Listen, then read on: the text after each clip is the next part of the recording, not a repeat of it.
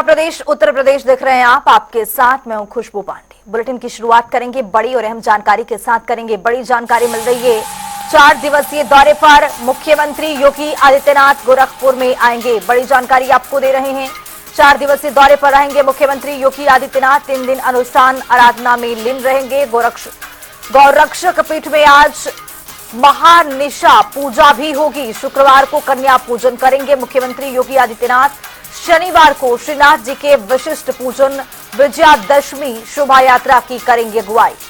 तो इस वक्त की बड़ी और अहम जानकारी से आपको रूबरू करा रहे हैं। गोरखपुर के दौरे पर रहेंगे योगी आदित्यनाथ। गोरखपुर के दौरे पर आएंगे मुख्यमंत्री। आपको बताते चलें कि 4 दिवसीय दौरा रहने वाला है मुख्यमंत्री का। बताते चले आपको कि 3 दिन अनुष्ठान करेंगे, आराधना में लीन रहेंगे मुख्यमंत्री योगी आदित्यनाथ। तो ये गोरखपुर का दौरा कई मायनों में खास रहने वाला है। 4 दिवसीय दौरे पर मुख्यमंत्री गोरखपुर में आने वाले हैं। गोरखनाथ में दर्शन पूजन भी करते हुए नजर आएंगे। गोरखपुर से हमारे सहयोगी सुभाष गुप्ता हमारे साथ जुड़ चुके हैं। सुभाष, क्या अपडेट? मुख्यमंत्री 4 दिवसीय दौरे पर आने वाले हैं, किस तरह का उनका ये दौरा है, कितना महत्वपूर्ण? जी बिल्कुल, मैं बता दूं कि मुख्यमंत्री योगी आदित्यनाथ 11 बजे गोरखपुर पहुंचेंगे और आपको बताते चलें कि हर साल 4 दिन वो पूरी तरीके से माता रानी के भक्ति में लीन रहते हैं और पूरी तरीके से पूजा अर्चना करते हैं और शोभा यात्रा में शामिल होते हैं। आपको बताते चले कि आज अष्टमी है और अष्टमी में जो है रात्रि में गोरखनाथ मंदिर में बाकायदे महानिशा की पूजा अर्चना करेंगे और पूजा अर्चना करने के बाद गोरखनाथ मंदिर में ही रात्रि विश्राम करेंगे और कल सुबह फिर जो है जनता दर्शन कार्यक्रम में शामिल होंगे। और उसके बाद आपको बताते चले कि कल 9 कन्याओं का बाकायदे वो पांव पखारेंगे, उनके जो है कन्या पूजन करेंगे और तिलक लगाएंगे, चुनरी उड़ाएंगे। तो ये कार्यक्रम उनका आज और कल का है। और 12 तारीख को जो विजयादशमी है उस दिन बाकायदे जो परंपरा रही है, नाथ संप्रदाय की परंपरा रही है, श्रीनाथ की बाकायदे पूजा अर्चना करने के बाद और गोरखनाथ मंदिर से एक शोभा यात्रा निकलती है जो मानसरोवर मंदिर रामलीला तक जाती है, जिसका नेतृत्व मुख्यमंत्री योगी आदित्यनाथ यानी कि गोरक्षपीठाधीश्वर योगी आदित्यनाथ करते हैं और वह शाम को कार्यक्रम होता है। तो कहीं ना कहीं जो पूरी तरीके से माता रानी के भक्ति में जो है पूरी तरीके से योगी आदित्यनाथ यानी कि महंत पीठाधीश्वर के रूप में पूरी तरीके से यहाँ पे नजर आएंगे आपसे और वो पूजा जो है आज से शुरू हो जाएगी। जी सुभाष, जिस तरह से गोरखपुर में जब भी मुख्यमंत्री पहुंचते हैं तो अक्सर फरियादियों का शिकायत भी सुनते हुए नजर आते हैं, लोगों से मुलाकात करते हैं, गौ सेवा भी करते हैं। क्या ये भी इस बार भी देखने को मिलेगा? देखिए, आपको बता दें कि कल कन्या पूजन कार्यक्रम है और कन्या पूजन कार्यक्रम जो है के पहले वो जनता दर्शन कार्यक्रम में दर्शन दे जो गोरखपुर के आसपास के जिलों के हैं तमाम वो अपनी समस्याएं लेकर आते हैं और उनकी फरियाद को उनकी समस्याओं को बाकायदे मुख्यमंत्री आदित्यनाथ खुद सुनते हैं। तो कल भी वो परंपरा, पूरी उम्मीद है कि वो जो परंपरा गोरखपुर में लगातार सुनने की जनता दर्शन में, तो वो उम्मीद की जाती है कि कल भी सुनेंगे। हालांकि कल कन्याओं का पूजन भी करने वाले हैं तो उसमें समय की जो है ज्यादा बाध्यता होगी, लेकिन वो उम्मीद की जाती है कि जनता दर्शन कार्यक्रम में जरूर शामिल होंगे। जी बहुत शुक्रिया सुभाष तमाम जानकारी साझा करने के लिए। तो आपको बताते चले कि 3 दिन का अनुष्ठान करते हुए नजर आएंगे मुख्यमंत्री योगी आदित्यनाथ। गोरखपुर पहुंचेंगे। 4 दिवसीय मुख्यमंत्री का ये दौरा है और कई मायनों में खास माना जा रहा है। बताते चले कि 4 दिवसीय दौरे पर मुख्यमंत्री कई सांस्कृतिक कार्यक्रम में भी हिस्सा लेते हुए नजर आएंगे। बुलेटिन में आगे बढ़ेंगे। रतन टाटा अब हमारे बीच नहीं रहे। भारत के दिग्गज और मशहूर अरबपति रतन टाटा ने दुनिया को अलविदा कह दिया है। 86 साल के रतन टाटा ने बुधवार देर रात मुंबई के अस्पताल में आखिरी सांस ली है। टाटा समूह के मानद चेयरमैन की रतन टाटा के निधन से देश में शोक की लहर है। रतन टाटा का दुनिया से जाना भारत के लिए बड़ी क्षति है। रतन टाटा कई दिनों से बीमार थे। वो दक्षिण मुंबई के ब्रीच कैंडी अस्पताल में भर्ती थे। ये तस्वीरें आपको हम दिखा रहे हैं। ये लाइव तस्वीर आपके सामने है, किस तरह से आज उनकी आखिरी विदाई देने के लिए जो लोगों का सैलाब है वो देखने को मिल रहा है। ब्रीच कैंडी अस्पताल में उन्होंने आखिरी सांस ली है। बहुत दिन से वो बीमार चल रहे थे। इसी बीच उनको ब्रीच कैंडी अस्पताल में एडमिट कराया गया, भर्ती कराया गया था, महाराष्ट्र में ही। और बताते चले कि रात में जब ये खबर सामने आई तो देश के लोगों में एक मायूसी छा गया। परिवार वालों के सामने भी एक बड़ी चुनौती रही है और तस्वीरें आपको दिखा रहे हैं किस तरह से आज उनके अंतिम दर्शन के लिए लोग पहुंच रहे हैं। तो बताते चले आपको कि दरिया दिल इंसान भी थे। रतन टाटा को राजकीय सम्मान के साथ विदाई दी जाएगी और आज अंतिम दर्शन के लिए लोग उमड़ रहे हैं, अंतिम दर्शन के लिए मुलाकात करने के लिए पहुंच रहे हैं। बताते चले आपको कि टाटा का पार्थिव शरीर national centre for performing arts यानी एनसीपीए में रखा गया है। यहां लोग शाम 4 बजे तक अंतिम दर्शन कर सकेंगे। सबकी चहेते थे रतन टाटा, पूरे देश के लोगों के लिए एक प्रेरणा की स्रोत थे। और आज जब ये खबर सामने आई कि रतन टाटा नहीं रहे, 86 साल की उम्र में उनकी निधन हो गई, तो लोगों के बीच में एक भारी मायूसी देखी गई है। तो उद्योगपति रतन टाटा हमारे बीच नहीं रहे। ये तस्वीर आपके सामने है, किस तरह से अंतिम दर्शन करने के लिए, अंतिम भेंट करने के लिए उनसे लोग यहाँ पर पहुंच रहे हैं। भारी संख्या में आप तस्वीरों में देख सकते हैं किस तरह से लोग भारी संख्या में दिखाई दे रहे हैं। अगर उनके उपलब्धियों की बात की जाए तो गिनती कम पड़ जाएगी। उपलब्धियां उनके नाम बहुत है। 1996 में टाटा टेली सर्विस की स्थापना की थी। 2004 में टीसीएस को मार्केट में लिस्ट कराया था। जन्म उनकी 28 दिसंबर 1937 को हुआ था। निधन की बात करें तो 9 अक्टूबर यानी कल रात खबर सामने आई कि वो अब नहीं रहे।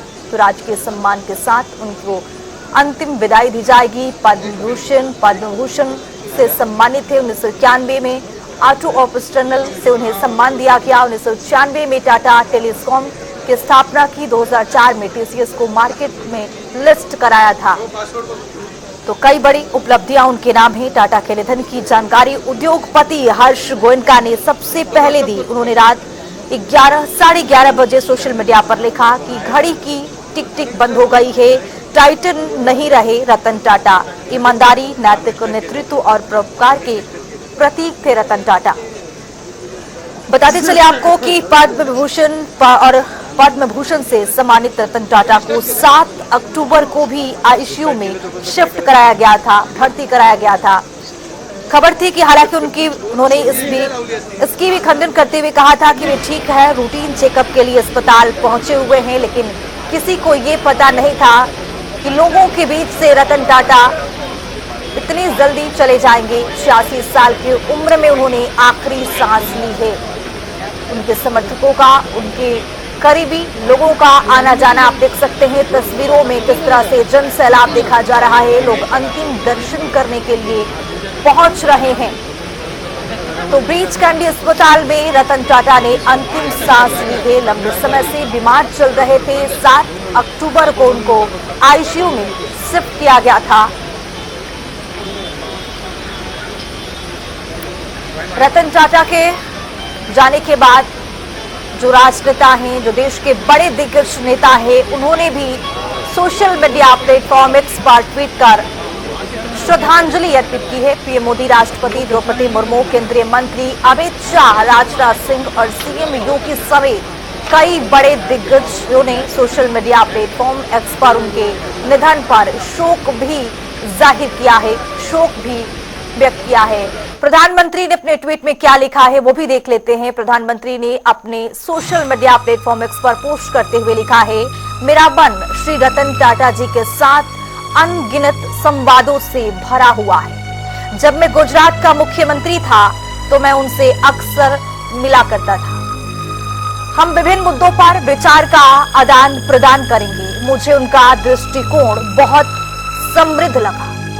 जब मैं दिल्ली आया तो ये बातचीत जारी रही। उनके निधन से बेहद दुख हुआ है। इस दुख की घड़ी में मेरी संवेदनाएं उनके परिवार दोस्तों और प्रशंसकों के साथ है। ओम शांति।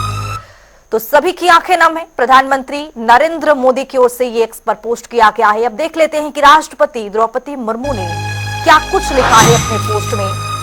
राष्ट्रपति ने अपने पोस्ट में लिखा है, श्री रतन टाटा के दुखद निधन से भारत ने एक ऐसे प्रतीक को खो दिया है जिसने राष्ट्र निर्माण के साथ कॉर्पोरेट विकास और नैतिकता के साथ उत्कृष्टता का मिश्रण किया है। पद्म विभूषण और पद्म भूषण से सम्मानित उन्होंने महान टाटा विरासत को आगे बढ़ाया और इसे और अधिक प्रभावशाली वैश्विक उपस्थिति प्रदान की है।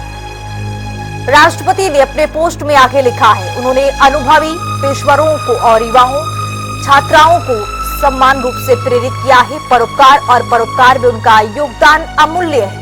मैं उनके परिवार, टाटा समूह की पूरी टीम और दुनिया भर में उनके प्रशंसकों के प्रति अपनी संवेदनाएं व्यक्त करती हूं। ये राष्ट्रपति की ओर से पोस्ट किया गया है। गृह मंत्री अमित शाह ने अपने पोस्ट में क्या लिखा है वो भी देख लेते हैं। प्रसिद्ध उद्योगपति और सच्चे राष्ट्रवादी श्री रतन टाटा जी के निधन से गहरा दुख हुआ है। गृह मंत्री की ओर से लिखा गया है। अमित शाह ने आगे लिखा है, उन्होंने निस्वार्थ भाव से अपना जीवन हमारे राष्ट्र के विकास के लिए समर्पित कर दिया। जब भी मैं उनसे मिला, भारत और उसके लोगों की भलाई के प्रति उनके उत्साह और प्रतिबद्धता ने मुझे आश्चर्यचकित कर दिया। हमारे देश और इसके लोगों के कल्याण के प्रति उनकी प्रतिबद्धता के कारण लाखों सपने साकार हुए। समय रतन टाटा जी को उनके प्यार देश से दूर नहीं कर सकता। वो हमारे दिलों में जीवित रहेंगे। टाटा समूह और उनके अनगिनत प्रशंसकों के प्रति मेरी संवेदनाएं हैं। ओम शांति शांति शांति। तो सभी श्रद्धांजलि अर्पित कर रहे हैं। उत्तर प्रदेश के मुखिया योगी आदित्यनाथ ने भी पोस्ट किया है, उन्होंने भी श्रद्धांजलि अर्पित की है। भारत के प्रख्यात उद्योगपति पद्म विभूषण श्री रतन टाटा जी का निधन अत्यंत दुखद है। वो भारतीय उद्योग जगत के महानायक थे। उनका जाना उद्योग जगत के लिए अपूरणीय क्षति है। उनका संपूर्ण जीवन देश के औद्योगिक और सामाजिक विकास को समर्पित था। वे सच्चे अर्थों में देश के रत्न थे। प्रभु श्री राम से प्रार्थना है कि दिवंगत पुण्यात्मा को अपने श्री चरणों में स्थान, उनके शोकाकुल परिजनों और प्रशंसकों को ये दुख सहने की शक्ति प्रदान करें। तो सभी दिग्गज नेताओं की ओर से श्रद्धांजलि अर्पित की जा रही है। तो ये तस्वीर भी हम आपको दिखा रहे हैं किस तरह से रतन टाटा को अंतिम दर्शन के लिए, श्रद्धांजलि अर्पित करने के लिए लोग पहुंच रहे हैं। तस्वीरें आपके सामने है, हुजूम देखा जा रहा है। सभी लोगों के दिलों में रतन टाटा हमेशा के लिए जीवित रहेंगे। लेकिन आज उनकी अंतिम विदाई थी। देश के लिए न जाने कितने उन्होंने अनगिनत उपलब्धियां दिलाई है, खुद भी हासिल की है। और आज वही रतन टाटा हमारे बीच में नहीं रहे। उद्योगपति में एक क्रांति लाने वाले रतन टाटा आज हमारे बीच में नहीं है। उन्होंने अलविदा कह दिया है। हालांकि 86 साल की उम्र में उन्होंने अंतिम सांस ली। बुलेटिन में आगे बढ़ेंगे। हरियाणा और जम्मू कश्मीर के नतीजों ने एक बार फिर बता दिया है कि क्यों पीएम मोदी के बाद सीएम योगी ही सबसे अधिक पॉपुलर और पहली पसंद है। इस रिपोर्ट के जरिए देखिए आप।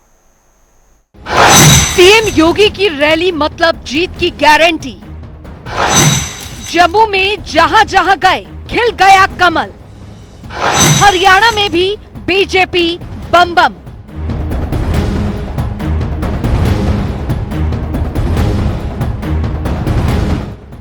सीएम योगी आदित्यनाथ यूं ही फेमस नहीं है। कहीं भी चुनाव हो, उम्मीदवारों के बीच सीएम योगी की रैलियों की डिमांड रहती है। वजह है सीएम योगी की रैली मतलब जीत की पक्की गारंटी। उनकी रैलियों में उन्हें देखने और सुनने के लिए लोगों का हुजूम उमड़ता है। उनकी सभाओं की भीड़ वोटों में भी तब्दील होती है। हरियाणा और जम्मू कश्मीर के विधानसभा चुनाव में कुछ ऐसा ही हुआ। हरियाणा विधानसभा चुनावों में भी सीएम योगी ने धुआंधार प्रचार किया। बीजेपी ने सीएम योगी की लोकप्रियता को देखते हुए दोनों राज्यों में खूब सभाएं करवाई। हरियाणा में सीएम योगी की 14 रैलियां हुई थी। 10 साल के एंटी इनकम्बेंसी के बावजूद भी सीएम योगी की रैलियों की वजह से बीजेपी उन 14 में से 9 सीटों पर जीत दर्ज करने में कामयाब हुई।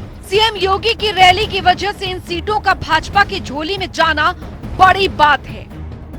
नरवाना सीट बीजेपी ने जीत हासिल की, Panchkula seat Congress, Faridabad NIT seat BJP, Kalat seat Congress, Safidon seat BJP, Hansi seat BJP, Shahabad seat Congress, Ateli seat BJP, Bhawani Khera seat BJP, Jagadhri seat Congress, Radaur seat BJP, Rai seat BJP, Assandh seat BJP.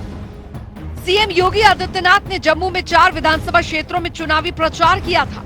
दिलचस्प बात है कि सीएम योगी ने जम्मू में जहां जहां प्रचार किया वहां वहां बीजेपी ने जीत का परचम लहराया है। Kathua seat BJP, RS Pura south seat BJP, Ramgarh seat BJP, Ramnagar seat BJP. Jammu में जहां जहां सीएम योगी ने रैली की सभी जगह बीजेपी की जीत हुई है। वहीं हरियाणा में भी स्ट्राइक रेट बढ़िया रहा है। हरियाणा और जम्मू कश्मीर के नतीजों ने एक बार फिर बता दिया कि क्यों पीएम मोदी के बाद सीएम योगी ही सबसे अधिक पॉपुलर और पहली पसंद है। स्पेशल डेस्क जनता टीवी।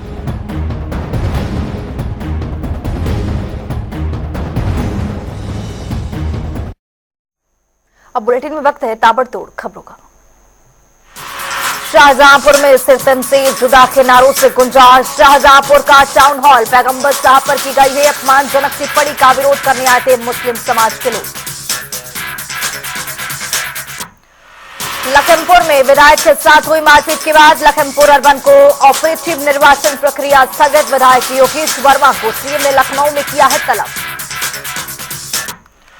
मेरठ में पॉलिटेक्निक की छात्राओं पर अभद्र टिप्पणी करने वाला एचओडी सस्पेंड। आरोपी विभागाध्यक्ष अरुण गौतम पर छात्राओं से अमर्यादित तरीके से बात करने का आरोप। हमीरपुर में 2 पुत्रों के साथ पिता को रोडवेज बस ने मारी है टक्कर। हादसे में पिता व एक पुत्र की मौके पर हुई दर्दनाक मौत। दूसरा पुत्र गंभीर रूप से हुआ है घायल। बहराइच में बैंक मित्र को घायल कर बाइक और नकदी की लूट। अज्ञात बदमाशों पर नकदी लूटने का आरोप। पुलिस ने मुकदमा दर्ज कर तफ्तीश शुरू कर दी है। त्योहार को लेकर इटावा डीएम और पुलिस अधीक्षक ने शहर कोतवाली क्षेत्र में की गई पैदल गश्त। तमाम अधिकारी मौके पर मौजूद। बुंदेलखंड किसान यूनियन ने किया है प्रदर्शन। मुख्यमंत्री को भेजा है ज्ञापन। जनपद को आपदाग्रस्त घोषित किए जाने समेत 7 मांगों को लेकर प्रदर्शन। मुख्तार अंसारी की वकील रहे लियाकत अली की बार एसोसिएशन संघ से आजीवन सदस्यता रद्द। बुलंदशहर में बाइक सवार बदमाशों ने नगर पुलिस की मुठभेड़ में अलीगढ़ निवासी आरोपी पुलिस की गोली लगने से घायल, अस्पताल में भर्ती। बरेली में रामनवमी और दशहरा के चलते पुलिस प्रशासन ने निकाला है फ्लैग मार्च। डीसी सूंस रमित शर्मा फ्लैग मार्च में मौजूद।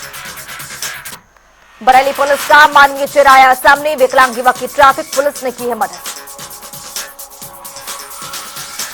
फर्रुखाबाद में रामनवमी व दशहरा के त्योहार को देखते हुए डीएमएसपी ने किया है फ्लैग मार्च। सीओ सिटी सहित शहर क्षेत्र में की गई पैदल गश्त। देवरिया में प्रधानाध्यापक ने शिक्षा मित्र से की है छेड़छाड़ और मारपीट। पीड़ित ने जिलाधिकारी से लगाई है न्याय की गुहार। जांच में जुटी पुलिस।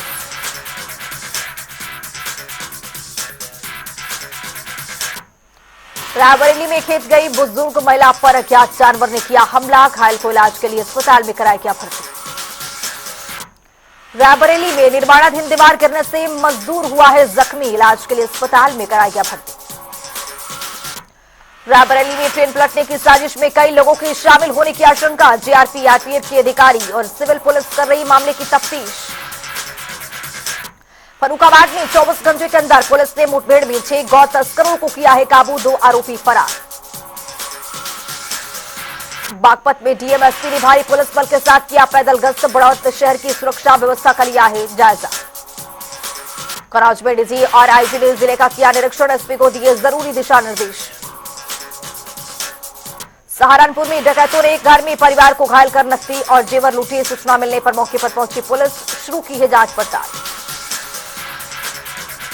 कानपुर देहात में कोर्ट में बहुचर्चित बलवंत हत्याकांड में आज सुनाया जाएगा बड़ा फैसला। पुलिस कस्टडी में हुई थी बलवंत की मौत। पीलीभीत में मेले में टूटा है झूला, 4 बच्चे हुए घायल, इलाज के लिए भेजा गया अस्पताल।